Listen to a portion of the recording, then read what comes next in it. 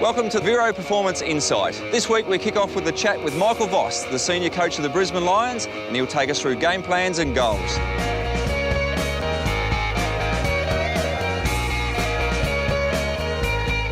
What are the most important parts of your role with the club?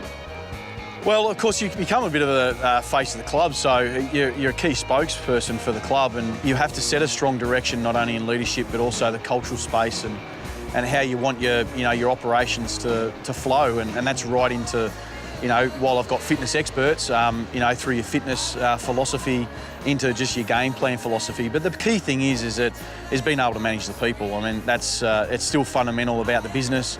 We're a community, not only just we're part of a community, but we're a community within our own football club and department. So I find the different personalities and how you manage that and how you're able to get everyone to do their jobs and stay aligned to the greater vision is one of the biggest tasks that you have.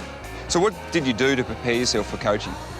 A bit of study. I felt like it was, more around, I guess, the performance management side of things with players and, how we manage their headspace. And you spend a hell of a lot of time as a senior coach being able to make sure that you've absolutely got the same message and we're all aware of the game plan and the intricacies of, language and just little finite parts of the game that you just don't want to put the players in any confusion whatsoever when they run out on the field, and us as coaches play a role in that. Obviously, I'm going to spend more time with my leadership group than perhaps any other group, then it's up to the coaches to be able to manage the players and develop the skills that are necessary to be able to execute the game plan. Vossi's excellent in saying that he wants us as assistant coaches to bring new ideas and different things that we're seeing. So, as we all know, it's very difficult for a coach to be across everything, so he certainly asks that of us. In your role, how do you measure your performance? My performance is to make sure that the players understand actually what we're trying to implement on game day. Training methods are very, very important in regards to that, but there's certain things that evolve. Pre-season's different to the main season, so there needs to be flexibility in your game plan, but also, as I said, some sort of consistency so you know what's going right and what's going wrong.